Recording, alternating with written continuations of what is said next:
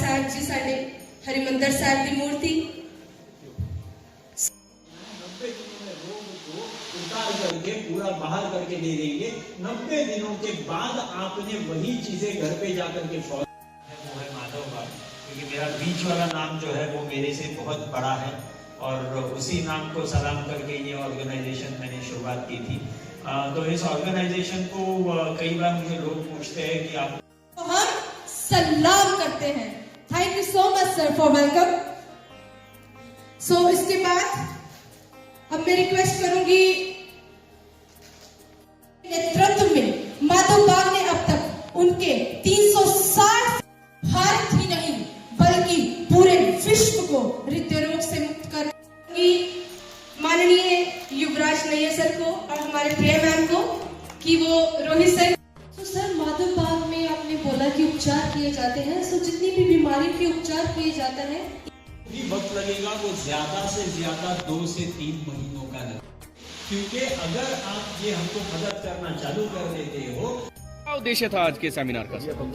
आज के सेमिनार का उद्देश्य एकदम सिंपल है कि हमको एक साथ आकर के हृदय रोग मुक्त भारत का निर्माण करना है और ये करने के लिए जितना अवेयरनेस हम निर्माण कर पाएंगे, जितने लोगों में ये ज्ञान पहुंचेगा कि ये सारे रोग जो लाइफस्टाइल डिसऑर्डर्स है, ये सारे रोगों को कंट्रोल किया जा सकता है और इनको आगे बढ़ने से रोका जा सकता है, जिसके वजह से आगे जाकर के हार्ट डिसीज जैसे बहुत भयंकर बीमारियां तैयार हो जाती है, उन सारे बीमारियों को रोका जा सकता है। जितना अवेयरनेस निर्माण करेंगे उतना ही लोग अपने जीवन शैली में चेंजेस करेंगे, उतना ही भारत में ये सारे रोगों को रोकथाम किया जा सकता है। आज के यूथ में भी बहुत सी प्रॉब्लम आ रही है, उसके बारे में क्या बताएं? एब्सोल्युटली। आजकल के यूथ में मतलब पहले हम मेडिकल साइंस में बोला करते थे कि 50 के उम्र के बाद हार्ट अटैक के आने की चीज़ें दिखती है, लेकिन आजकल 30 के उम्र में भी हार्ट अटैक आते हुए दिखाई पड़ते हैं। तो मेरा एकदम सिंपल सा मानना है कि ये यूथ में जो हार्ट अटैक बढ़ते जा रहा है, ये मेजर फैक्टर तो स्ट्रेस है, इसमें कोई दो बात नहीं, लेकिन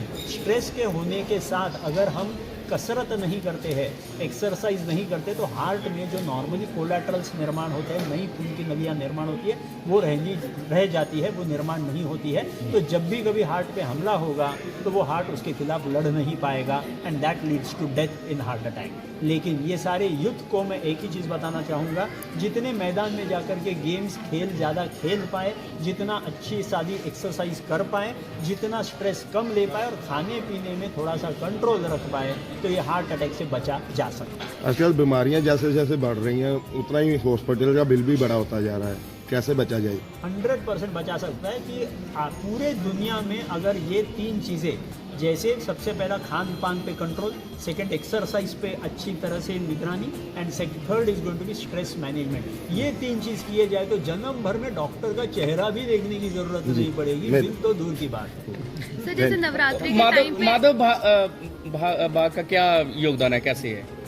माधव बाग में हम जो करते हैं वो आयुर्वेद के मदद से हम ये सारे रोगों को कंट्रोल करवाते हैं। कई बार ये देखा जाता है कि कई सारी गोलियां हम लोग खाते रहते हैं ये सारे रोगों को कंट्रोल करने के लिए, और जन्म भर गोलियां खाते रहनी पड़ती हैं। तो माधव बाग का योगदान ये है कि अगले 90 दिनों में हम जो आपकी ट्रीटमेंट करवाएंगे, जो कुछ खान पान में चेंज करवाएंगे, जो भी आपको एक्सरसाइज बोलेंगे, वो सारी चीज़ें अगर आप अच्छी तरह से करते हो तो ये गोलियों से भी छुटकारा मिल सकता है, रोगों से भी छुटकारा मिल सकता है। वही चीज़ें उन 90 दिनों के बाद एक बार आप सीख लिए कि जन्म भर अगर आप करते रहे तो फिर से ना हॉस्पिटल का बिल ना डॉक्टर का चेहरा, कुछ भी देखने की जरूरत नहीं पड़ेगी। सर ये तो प्रिकॉशन की बात हो गई ना सर, आगे क्योर की अगर हो जाए फिर? Absolutely, precaution is the first step towards cure.